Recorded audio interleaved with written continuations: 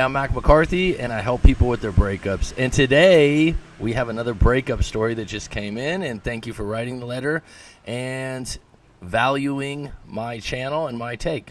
If any of you guys have a breakup story you want to share or get my take on, please send it to writemac.com. And if you'd like to book a live coaching session and get further clarity on your situation, do that also. So this particular gentleman that sent in his letter or story, I might say, he met his ex-girlfriend on Tinder. So this is becoming more and more popular worldwide. I think a lot of people don't realize that this is actually worldwide. Tinder and dating apps online. And I think it's really affecting actually some guys that are back in the dating game after and women too, excuse me, after they've been broken up and they're finding where they're at. You know, the cold approach of just walking up and asking a woman for her number or making, like I said, it's a cold approach to me is when you don't know the person, you just go up to them. And I think people are really uncomfortable with that now. And so dating apps let people be kindly rejected. And you already know, hey, the person saw my picture and they kind of like me already. They see some things about me that they like, and the ice is already broken. So I think it's a great way to meet people. It also opens up more options. The jury's still out on how it plays out for long-term relationships. The other side of it is if they're on Tinder and you met them on Tinder, are they going to continue to be on Tinder once you guys have gotten officially together? Because some people get addicted to the attention, let's be honest. So let's get right into this story. Excuse me for a minute. And this is a new format I'm doing on my deck outside. So let me know if the sound bothers you. As you can hear motorbikes going by here in Thailand. Give me some reviews on it. I know the lighting's much better for me. It's much better on my eyes. In my office, I have a couple lights, and they just bug the shit out of me, to be quite honest. So I'm going to try to do more stuff outside. So give me some feedback on that, right? Okay, so let's get right into this story. Once again, I said that already. Hi, thanks for taking the time. Good way to start. Thank you for taking the time to write the story. My ex-girlfriend and I met mid-June this year via Tinder. She was in the San Francisco Bay Area. Yeah, that's where I'm from, my friend. I grew up in San Mateo, and I was born in Redwood City, actually. So I know the Bay Area quite well. The yay. She was in the San Francisco Bay Area when we met up for what I expected to be a hookup date. She was leaving the next day. She is from Vermont. Okay, Vermont's very far from the San Francisco Bay Area, the other side of the country. She is 25. I am 49. That's a pretty significant age gap, but what the hell? Go for it, man. If you guys met each other and she was interested on Tinder, then more power to you. I look good for my age. Well, good for you to believe that you look good, right? 49 is not old. I mean, and younger women like older men more than younger men like older women. Although it is possible, women can be highly attractive. There's the book The Rational Male talks about this, that men actually, there's been a study, so I don't have the study on hand, but that men actually hit their peak in their early 30s. I think he gave 31 or 32 as being at their most attractive point to women. And women, I think it's early to mid 20s. Okay, well, the jury's out on that. But I have friends that are in the late 40s, early 50s that look like they're in their late 30s. So told I look like mid 30s a lot. Yeah, it's certainly possible. And like I just said, the mid 30s to early 30s, a lot of women find the most attractive in this study that I read about. There was instant chemistry, and she even let me do something with her that night. And claimed she had never done it before. I'm not going to repeat what that was. We had a great 24 hours together. So you had a good time. You guys hooked up. Outstanding. So that, a good date in the first time, if there's good chemistry, hey man, that's the way it should go. Have fun. After she left, she kept in close contact and began telling me she wants me to come to Vermont to see her. I'm a pilot, so it was easy to do. I had 10 days off, and I went out on the first day. She introduced me to her entire family. They even invited me to a family wake for her dead grandparent. That is awkward as hell. I mean, it certainly means that they find you to be close to the family, but to be invited, that just throws me off right there from the last paragraph that we looked at, okay? So they invited you to a wake for the grandparent. Obviously, they're trying to include you in the family, okay? Right? I mean, you can pay your condolences to someone you don't really know, but okay. Sent me a good morning text every day. This is from her. We went back and forth for about 3 months, and with mostly coming out to see her as she hates to travel. She's very anxious and a bit OCD. I would usually stay at an Airbnb, or once we stayed at her parents' lake house. So that's nice. I mean, going back and forth for 3 months, you guys were connected right away. You met on Tinder. You're having a good time. Hey, it doesn't seem like it's that serious. So what comes next? On a few occasions, she and I would fight over issues of gender equity. I was a bit more old-fashioned than her, and she would read it as I'm too sexist. So, well, you're 49, she's 25, so you come from a different age. Even though you look like you're in your mid-30s, you still think like you're 49, correct? And I'll tell you what, I'm 37 years old, and I've never been smarter in my life. It's just wisdom and, you know, where you're at and everything you've been through. So if you're hanging out with someone that's 25 years old and you have a strong view on something, it's hard for you to come down and agree with them. What I would say about this is, you know, this is one of those things. If you don't feel like you're being sexist, it's going to be very difficult for you to say sorry for something you don't really believe you're sorry for. I don't know the particular reasons, but that's a hot issue, especially in America right now, especially the Bay Area. And if you guys don't agree on that, I mean, you could agree to disagree and go on your separate paths, because that's going to create a big cloud over your relationship in my mind. So I would try to talk to her about it, but she would get emotional and shut down. I mean, yeah, like I said, this is a values point, and it's one of those things. If you can't meet halfway on it, and it becomes that big of a hot point, it might be the beginning of the end. I've never thought of myself as a sexist, but more practical and believe in the best should get the job, not social engineering or formative acting. She felt different. Exactly. So what's happening a lot now is people don't get to a point where they can just go, okay, let's agree to disagree. I mean, if you have those points and you have good reasons, stats, facts, and she has a different point of view, why can't you just go separate ways and go, okay, we're not going to agree on that? I don't see the problem in that, but some people just need to keep trying to convince the other side, or you just look at the other person as completely wrong, and that'll linger. And that says something about her character if she's unreasonable and listening to a topic like this. And you might think it's just one topic, but it'll lead to other stuff that is probably a difference in the way you look at the world.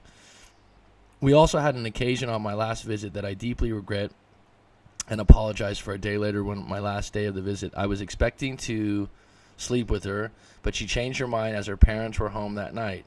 She lives at home, and she didn't feel comfortable. Okay, you know, this is what comes in, that you're 49, she's 25. She lives at home. She doesn't want to hook up while her parents are there. You got to deal with that. I got a little upset, and she felt it was unsensitive. She and I talked about it over the phone 2 days later, and I thought it was okay. Otherwise, we really had a great time together, and at least for the first 2 months, she couldn't keep her hands off me when we were together. High level of attraction. Remember, there's attraction, connection, trust. Trust usually comes last. Attraction usually comes first. Connection varies in moments. And it seems like you have a pretty good connection, but you guys aren't great on connection because you have some different viewpoints on how the world works, right? She shortly after began to get cold on me with her text. She went from daily good morning texts and heart emojis to more cold and formal. I felt something was wrong. We talked about it, and she said we'd talk more when I came out the next time.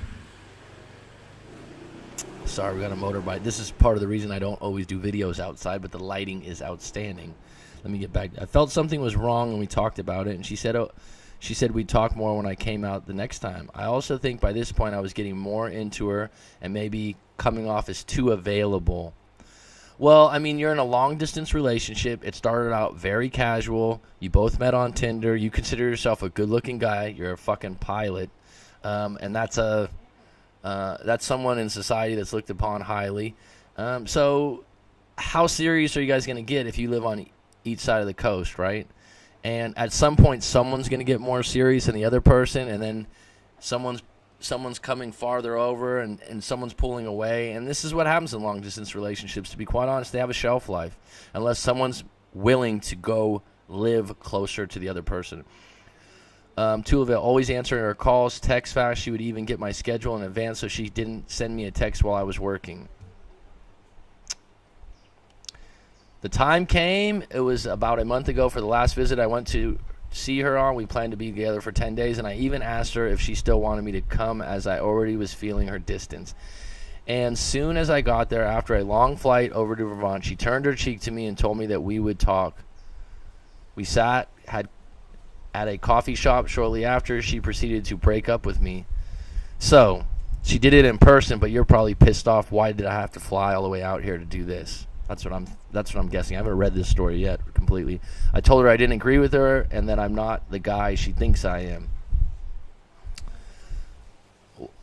What guy do you think she is? And if she's misperceiving who you are as a person, what does that say about her? Okay? I'd work on my flaws, but that we have a good thing. She didn't agree, and I ended up being stuck out there 2 days, and we hung out as friends. That sucks. You know, at some point you could have said, you know what, I'll just do my own thing in the next 2 days. You know, you're used to being on the road. You didn't have to. That would be extremely awkward to just play that friend role for 2 days because it's fake and it's not what you want. Where I was mostly well behaved, other than one night when we went out and I drank a bit, where I apparently cried a bit on the drive home. Well, if you gotta cry, you gotta cry. But I'm sure it wasn't one of your better moments. And you've only been together 3 months, but feelings are feelings. So we stayed in the same bed 2 nights, and she wanted to cuddle with me, even putting her head on my shoulder to fall asleep. You're getting cat pawed, man. You're just weaning her off the relationship. But I didn't ask for, or she didn't offer to have sex. I had a very nice chat with her our last night, and we left things very amicable, where she told me I could contact her anytime, and her sister said the same. I said I wouldn't reach out, but she can if she changed her mind. Her sister randomly messaged me a few days later about something to do with sex, and her mother sent a text the next day regretting how things turned out. I got the impression her family liked me, which was odd considering the major age difference. If they respect their daughter's wishes, and they're a family that's very liberal and open to things, they probably like the fact that you're an established man that has a career over a 25-year-old guy that just got out of college, doesn't know what the hell he's going to do. So there's some good parts to that too.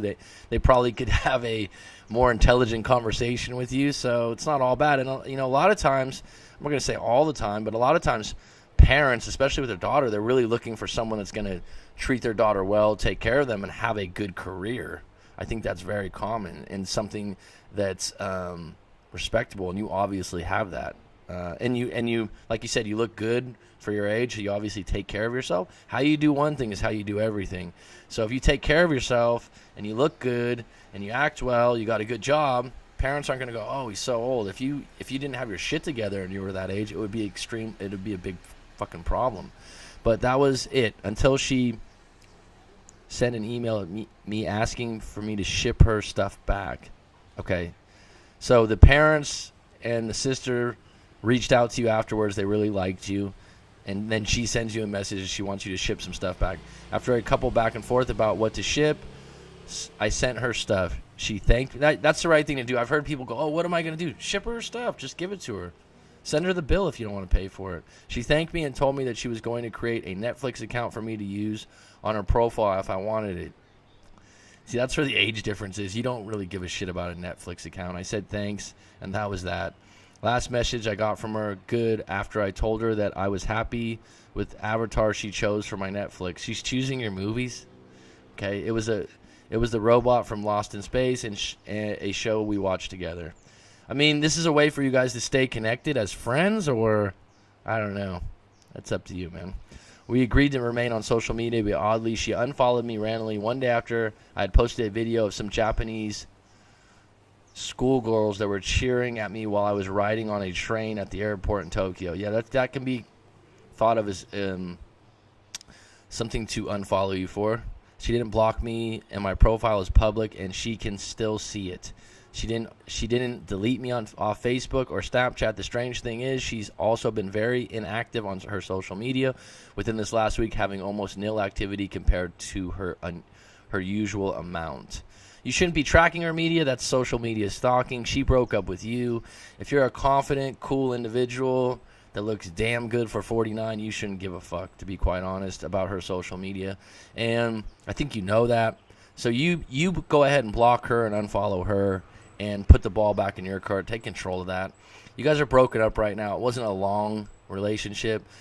You obviously were into her. You liked her family, but you'll be able to get through this and over it pretty quickly, I think. Put your picture back up on Tinder and go fishing again.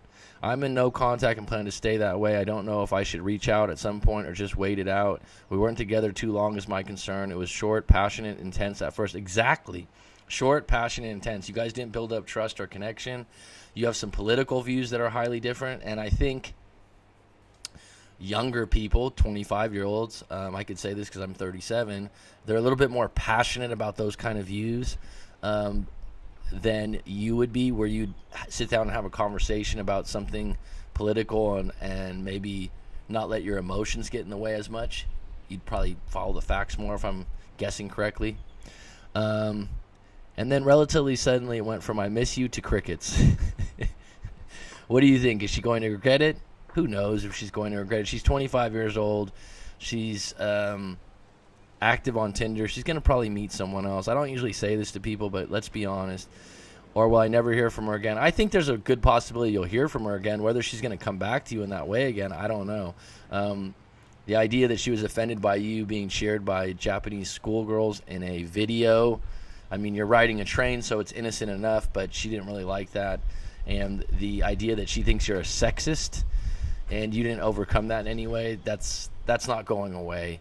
And I think she just thought, this was good while it lasted. We had a good time. She was attracted to you, but she doesn't want to take it any further. And if she does, she needs to be the one to make that decision. You're not going to pull her in or charm her in any way. 6 months or 7 months or 5 months down the road, she might hit you up, because it didn't end on a bad note. Yeah, you cried a little bit that night. You didn't make a big deal out of it. You didn't make her the bad guy. You held your chin up high. You stay in no contact. And if she calls you in 3 months, 6 months, you might be seeing someone else, and you might go, hey, that train already passed. And he writes, or will I never hear from her again? Hard to know, I guess. It is hard to know, so don't try. You're guessing, and you're guessing with a low probability. And the best thing for you to do right now is to move on and move forward. And this gentleman, you wrote, call me if it's easier to chat. Well, look, if you want to do a live coaching session and talk about this further, then you're welcome to do that. And that's what we do in a coaching session. We actually talk on the phone, audio or video. And I think that if you want to go that route, to go to my services page and book an hour or 2 hours. And that's all I got for you. So I wish you the best. Thank you for supporting the channel. And anyone else out there, please visit writemac.com if you want to book a live coaching session. Thank you.